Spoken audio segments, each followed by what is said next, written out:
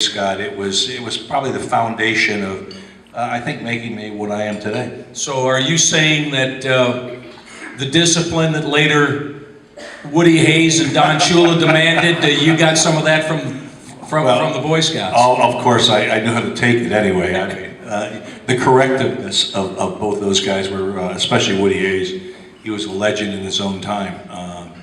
He was a special guy to me and really got me through school, really helped a lot. And then when I came here with the Colts, I had Weeb Eubank when I first came here. And then, Shula came along and left town, and then Don McCafferty came in, and Unitas and I got traded out to San Diego. I retired, he went out there and tried to play a couple more years. And San Diego wasn't very good, so I decided to hang it up. Let me tell the young people, like under 60, a little bit about you. The rest would know who you are, but this man was drafted in the first round by the Baltimore Colts. He was actually the 7th pick in the first round. You think about that today, that guy's cashing millions of dollars, 7th pick in the first round. What was your deal? You wouldn't believe it if I told you, but I will tell you because it's, everybody thinks football players make a lot of money back in those days. Number one draft choice. My salary was $10,000. I got a $4,000 bonus, and that was it. And then we changed one of the rules at the beginning.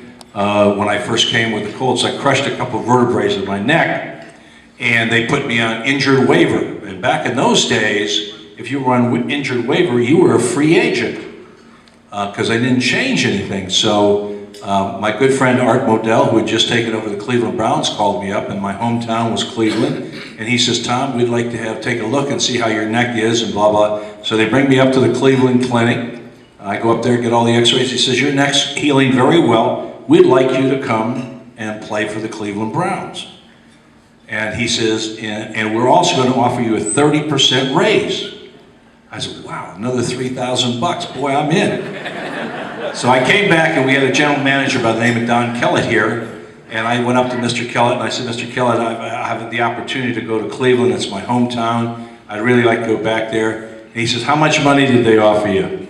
And I said, like a dummy, I said $3,000. He says, we'll match it. I could have said $10,000, but I didn't. But I stayed here, and I made Baltimore my home. It's been here since 1961.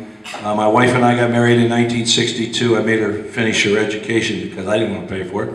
And couldn't afford to, by the way. And we moved back here to Baltimore, and we've had a tremendous run. It's been a great town, greatest fans in the world here, Scott. Well, go ahead, give my hand.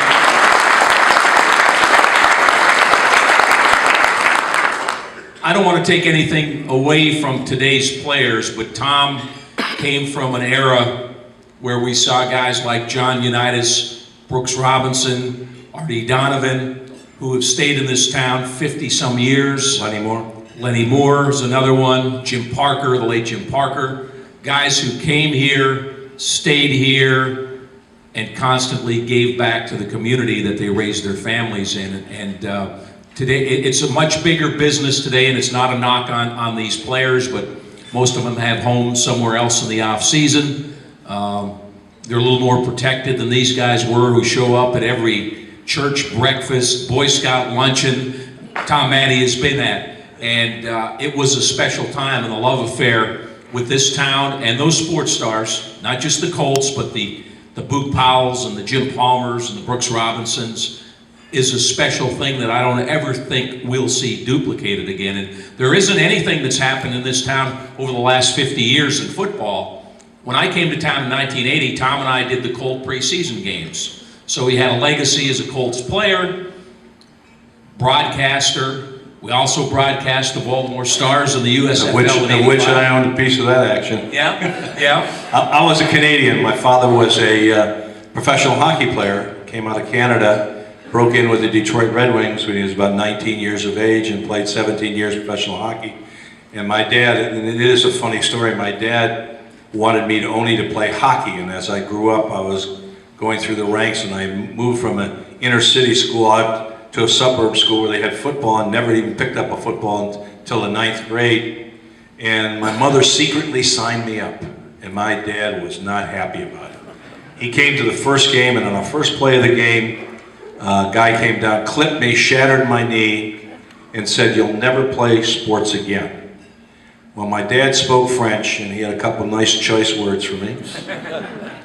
And he didn't talk to me for 3 months. So I had to prove to him that I could come back. And the biggest thing that really improved me was the ice skating part of it, because not only did it shatter my knee, but about 3 weeks after the operation, I'm out sled riding, and all of a sudden some sled bumps into the side of me, and I feel this squish, squish, squish. And it opened up another incision, so I had to go back in and get it cut out again. So I've had a great career with injuries, so I've had so much fun. He's been on the cover of Sports Illustrated.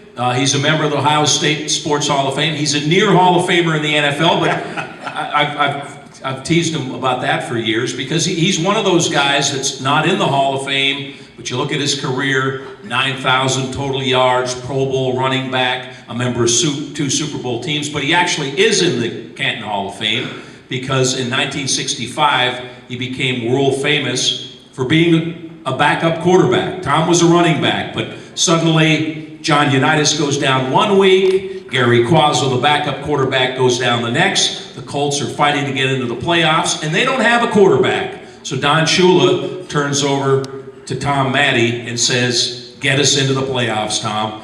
He's a running back, but it became really the thing that you'll always be noted for most in your life. Talk about 1965. Scott, it was probably the most challenging experience an athlete could ever have, is to try to fill the shoes of a superstar like a John Unitas, and no way could I do it, but the coaching that he helped me with and the offense he designed around what my capabilities were as a football player were unbelievable. He understood exactly what I could do. Best thing I could do was roll out. Roll one way, roll the other way. If somebody's open, throw the ball. If not, run it. And most of the time I ran it.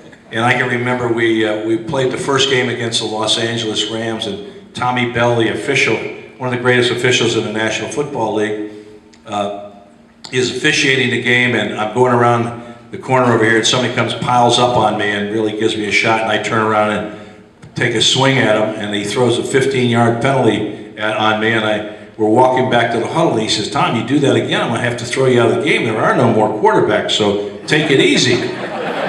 So after the game, I went up to him, and I says, "Tommy," I says, "let me tell you something. You didn't see what happened on that play, and go back and watch the films and take a look at what happened and why I got upset." And about a week after the game was over, he called me up, and he says, "You were right, you really got a shot, didn't you?" And I says, "Yeah, I don't get upset unless somebody takes a dirty shot at you." And this guy did. I'm not going to mention his name, but, you know, that's the way it is. Well, I told this story in the early 80s when Tom and I were broadcasting the Colt games on TV. We met for lunch. The Colts were training at Goucher College at the time, and Zeke Bratkowski was the Colts quarterback coach who opposed Tom in the 1965 playoff game that the Packers won in overtime. It's one of the great games in NFL history. And of course, the big controversy in that game was a Don Chandler field goal that sent the game in overtime, that Tom Matte insists to this day, and a lot of other people, that it wasn't any good. It wasn't any good. Well, what are you talking about? Okay, all right, we can, you know, I'm a 14-year-old kid growing up in northern Michigan. The game was played on December 26th, and that was my Christmas present. Me and my brother got 2 tickets to the game, and I sat right behind the Colt bench, the great seats. And I think I may have even yelled once, "Hey, 41, you're no quarterback, sit down." May have yelled that. I'm not sure. I was young. Okay. So anyway, we meet for lunch, and Zeke Bratkowski, who was the quarterback coach for the Colts at the time, grabs his tray, sits down with us, and him and Tom start reliving old memories. And Zeke's a pretty laid-back guy compared to Tom, who might be the loudest guy in the room at times. Yeah. And Tom starts right away, "Zeke, you know, we won that game. That kick was no good. You've got my money. You never should have cashed that check." And they're going back and forth. And Zeke, in his humble way, said, "Tom, all I know is they put 3 on the scoreboard, and we were the champions." And it went on a little more. Matte goes back in. I haven't said a word yet. I'm just listening to these 2 NFL legends. And finally, I spoke up. And they both stopped and listened. And I said, "Listen, I'm tired of listening to you guys." I said, "My dad was an iron miner. We didn't have a lot of money in our house. And my parents spent good money to send me and my brother to that game. And we expected to see John Unitas and Bart Starr, and we got stuck with Tom Matte and Zeke Bratkowski." Another part of that story. Another part. He used that in his book. Yeah, yes, I did. And another part of that story was Minneapolis had honored me up there after the season was over, and they had honored Vince Lombardi as the coach of the year and all this kind of stuff. And what I had done is I had made up in my woodworking shop through my scouting efforts, because I knew how to do it. I made a duplicate of the goalpost that they used up in Green Bay. And the one post went straight up like this, and one went up like this, and sort of over. Well, the Minneapolis people just went nuts. They started howling and laughing.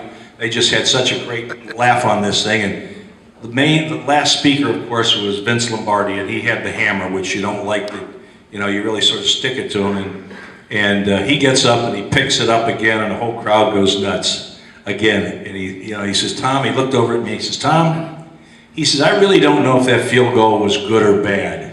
He says, but when I went to the bank on Monday morning, my check said we were the champions. So I couldn't argue with him on that. But that's another rule that changed, that I had a change of the rule. The following year, they raised the goalpost 20 feet higher and put an official under each goalpost because they blew the call. So that was another one. That's 2 rules I changed in the NFL. The other one was get all these salaries up for everybody else. I wish they'd take us under their wing a little bit.